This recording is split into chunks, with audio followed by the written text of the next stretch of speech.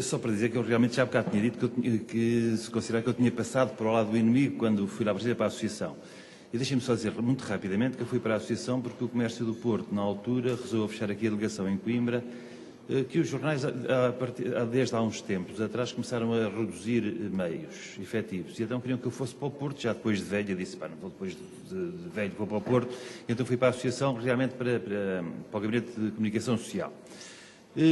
Curiosamente, eu devo dizer-vos que a minha experiência na Associação Nacional de Municípios Portugueses sempre foi uma experiência diferente, porque eu levei para lá a filosofia e os princípios que sempre utilizei no jornal. Isto é, a minha deontologia profissional de jornalista era exatamente a mesma que eu utilizava na Associação. Eu entendi estar na Associação como uma pessoa que estava lá para apoiar e para auxiliar os jornalistas quando queriam ir à Associação. A grande função que me foi atribuída de princípio foi tentar que a voz da Associação aparecesse na comunicação social, porque realmente aparecia pouco. Mas isso era uma função que eu fazia através de contactos, no sentido de dar conta que a nossa posição era esta e a nossa posição era aquela, dando aos jornalistas a inteira liberdade de fazer a situação. O meu grande princípio naquela casa era, e continua a ser, não faça eu, António, aos jornalistas o que não gostaria que os comunicadores me fizessem a mim enquanto jornalista. E tenho-me dado lindamente com esta solução. Hoje em dia, os tempos são diferentes, como dizia o vosso diretor, realmente são diferentes, não tanto na perspectiva das relações públicas, que é um outro aspecto, mas do ponto de vista da comunicação e da comunicação imagem. Hoje em dia há muita preocupação da imagem. E também a Associação Nacional de Municípios Portugueses, hoje em dia, ultrapassou a estrutura do Gabinete de Comunicação Social, ampliando-a e exatamente fazendo primeiro uma contratação com o Luís Paixão Martins, com o LPM, e agora mais recentemente com o António Cunha Vaz. Porquê? Não propriamente para tratarem o relacionamento com os jornalistas, isso eu continuo a fazer as notas de imprensa e a mandar para a comunicação social, que depois os jornais eventualmente tratam ou não tratam. Com as técnicas, eu continuo a utilizar as técnicas que utilizava no jornalismo. Podem-me dizer, a notícia já vai meia escrita, provavelmente irá, muita gente a aproveita, provavelmente aproveitará. Eu lembro-me sempre de uma história, deixem-me só contar isto muito rapidamente. Uma altura, havia aqui um jornal, um belíssimo jornal regional, a Comarca de Arganil, respeitabilíssimo jornal, que uma vez disse ao chefe de redação, tu copias-me as notícias todas, pelo menos dá uma volta naquilo. E diz, então o quê, vou estragá-las?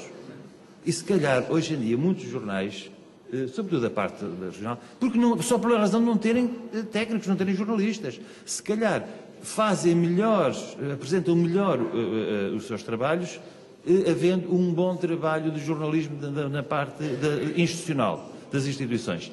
Eu continuo a considerar, e considero claramente, que este meu trabalho é um trabalho menor em função da excelência do trabalho de jornalismo. Agora, eu penso que também se pode ele fazer com uma imensa dignidade, e eu tenho procurado responder a isso. Mas realmente isso acontece. Agora, eu só para vos dar assim um exemplozinho. Eu, a partir do momento em que contratámos as empresas LPM e agora o António Cunha Vaz, eu deixei de me classificar a mim próprio, como responsável do Gabinete de Comunicação Social, para passar a ser do Gabinete de Comunicação.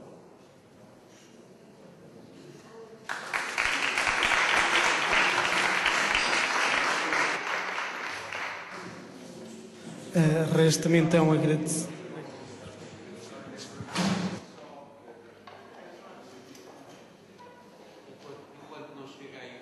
Só dizer que o autor destes trabalhos, de metade destes trabalhos, é o Costa Violante. O Sr. Costa é autor de metade dos trabalhos, que estão sobre a esquerda, que se encontra nesta sala. O Sr. Costa está ali, ao fundo. Aqui.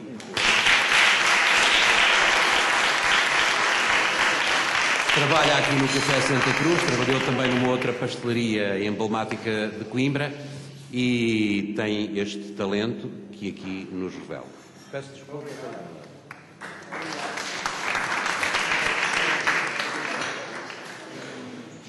Só deixar mais uma notinha. A Associação fez referência ao facto de eu não estar presente ao facto de o Sansão Coelho fez referência ao facto de eu não estar presente na mesa, não tinha que estar, não visto muito bem esta pele que me é atribuída de diretor da licenciatura. O anfitrião e o organizador é, na verdade, o Sansão Coelho, não sou eu, mas ao mesmo tempo também,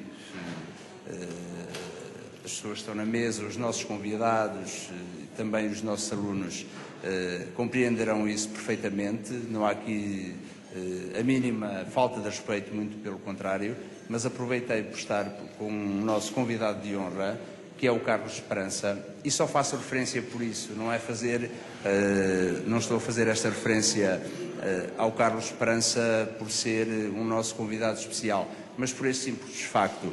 Eu que luto, e há mais gente que no Instituto Miguel Torga também luta, estou a ver aqui, por exemplo, a doutora Inês Amaral, que o faz sempre para que os nossos alunos publiquem, que há outra responsabilidade, é totalmente diferente estarem a escrever em circuito interno para os professores, ou estarem a colocar os seus produtos, sejam as fotografias, sejam os textos, a colocá-los na internet, por exemplo, no caso dos blogs.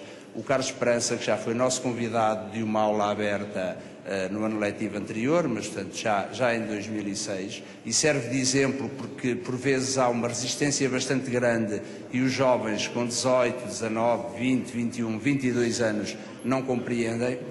O Carlos Esperança, que é, entre outros blogs, mas que é muito conhecido aqui em Coimbra por ser quem alimenta o blog Ponta Europa, tem 63 anos e iniciou-se nesta aventura da blogosfera aos 60 anos, não é? Portanto, que o exemplo do Carlos Esperança, que aos 60 anos se fascinou, não foi aos 19, nem aos 20, nem aos 21, mas aos 60 anos se fascinou e consegue hoje em dia, com algumas dificuldades, mas com a humildade de pedir apoio quando é necessário e vai superando essas dificuldades, consegue alimentar o excelente blog que é o Ponta Europa. Que o exemplo do Carlos Esperança sirva também para estes jovens.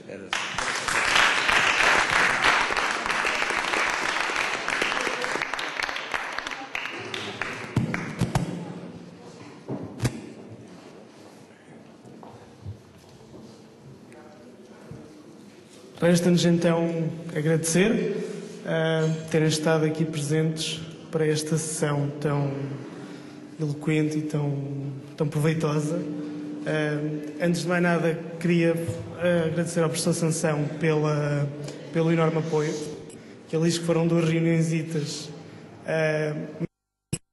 porque sem ele nada disto.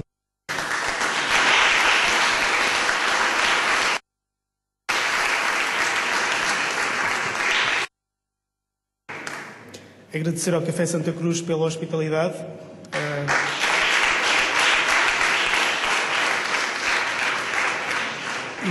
E finalmente gostaria que não se importassem de aplaudir de pé este enormíssimo painel que hoje esteve connosco.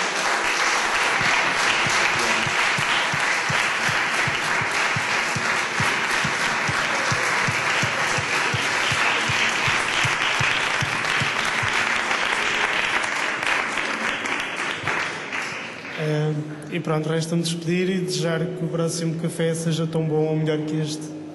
E lá nos encontraremos.